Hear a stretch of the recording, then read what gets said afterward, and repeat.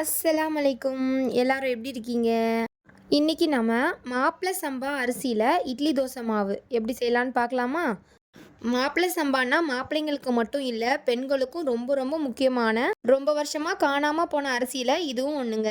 1 1/2 cup idli அரிசி, 1 1/2 cup மாப்பிள சம்பா அரிசி, 3க்கு 1 ரேஷியோ. எப்பயுமே 4 கிளாஸ் அரிசிக்கு 1 கிளாஸ் உளுந்து யூஸ் பண்ணுவாங்க. அது உபரி அதிகமா இருந்தா தான் அந்த மாரி யூஸ் பண்ணுவாங்க. இந்த உளுந்து ரொம்ப பொங்கி வராது. அதனால 3க்கு 1 தான் எனக்கு சரியா இருக்கு. 1 1/2 கிளாஸ் இட்லி அரிசி, 1 1/2 கிளாஸ் மாப்பிள சம்பா அரிசிக்கு 1 கிளாஸ் உளுந்து எடுத்துக்கோங்க. 1 டீஸ்பூன் வெந்தயம் சேர்த்துக்கோங்க. நைட்டு ஊற வச்சா காலையில அரைக்கணும். காலையில ஊற வச்சா நைட்டு தான் அரைக்க முடியும். ஏன்னா இந்த அரிசி ரொம்ப ஹார்டா இருக்கும். ஊற வைக்கும்போதே ஃப்ரிட்ஜில வச்சு ஊற வைங்க. அப்படி இல்லன்னா ஐஸ் வாட்டர் சேர்த்து அரைச்சுக்கோங்க. அப்பதான் மிக்ஸி ரொம்ப சூடாகாது. 2 கைப்பிடி வடிச்ச சாதம் சேர்த்துக்கோங்க. அப்பதான் நல்லா புசு புசுன்னு சாஃப்ட்டா கிடைக்கும்.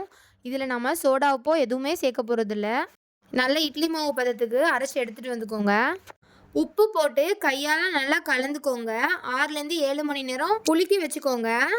வெளிநாட்டில் உள்ளவங்களுக்குலாம் இந்தியாவில் எப்போவுமே சத்தே இல்லாத அரிசியை தான் சாப்பிடுவாங்கன்னு ஒரு புரிதல் இருக்கு. ஆனால் எவ்வளவோ சத்தான அரிசியெல்லாம் நம்ம முன்னோர்கள் சாப்பிட்ருக்காங்கன்னு அவங்களுக்கு தெரியாது. ஏன் நமக்கே இப்போவும் தெரியாது. மாப்பிள சம்பா, பூங்கார் அரிசி, கருங்குருவ அரிசி, கருப்பு கவுனி அரிசின்னு எவ்வளவோ நிறைய வெரைட்டிஸ் இருக்குது. எல்லாமே ரொம்ப ரொம்ப சத்தானது. அதனால ஒரே அரிசியை மட்டும் 25 கிலோ பை வாங்கி வைக்காம எல்லா அரிசியிலையும் 10 10 கிலோவா வாங்கி வச்சுக்கோங்க. ஓகே, இப்போ நம்ம கதைக்கு வருவோம். இட்லியை ஊற்றி வச்சிருங்க. ரொம்ப சாஃப்டான இட்லி வந்துடும் 10 நிமிஷத்தில். இதுக்கு கொத்தமல்லி, புதினா சட்னி, கார சட்னி, மீன் குழம்பு, சாம்பார்னு எல்லாத்துக்கும் சூப்பராக இருக்கும். கண்டிப்பாக ட்ரை பண்ணுங்கள். ட்ரை பண்ணிவிட்டு நல்லா இருந்ததுன்னா கண்டிப்பாக கமெண்ட் பண்ணுங்கள். நான் இன்னைக்கு பாய் வீட்டு சாம்பார் பொடி வச்சு சாம்பார் பண்ணியிருக்கேன். அதோட டிஸ்கிரிப்ஷன் லிங்க்கில் கொடுக்குறேன். கண்டிப்பாக செக் பண்ணி பாருங்கள். ரொம்ப ரொம்ப டேஸ்ட்டாக இருந்தது. நாம் வெள்ளை அரிசியே சாப்பிட்டு வளர்ந்ததுனால இந்த மாதிரி அரிசியில் செய்கிறது நம்மளுக்கு கொஞ்சம் புதுசாக தான் இருக்கும். ஆனால் சாப்பிட சாப்பிட பழகிரும். நிஜமாவே ரொம்ப ரொம்ப டேஸ்ட்டாக இருக்கும். இதிலே தோசை கூட ஊற்றலாம். நார்மல் தோசை மாதிரி கிறிஸ்பியாக மொறுமொறுன்னு இருக்கும்.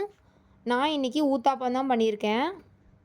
இவ்வளோ நேரமாக பொறுமையாக இந்த வீடியோவை பார்த்ததுக்கு ரொம்ப ரொம்ப தேங்க்ஸ். உங்கள் ஃப்ரெண்ட்ஸ் அண்ட் ஃபேமிலிக்கு ஷேர் பண்ணுங்கள்.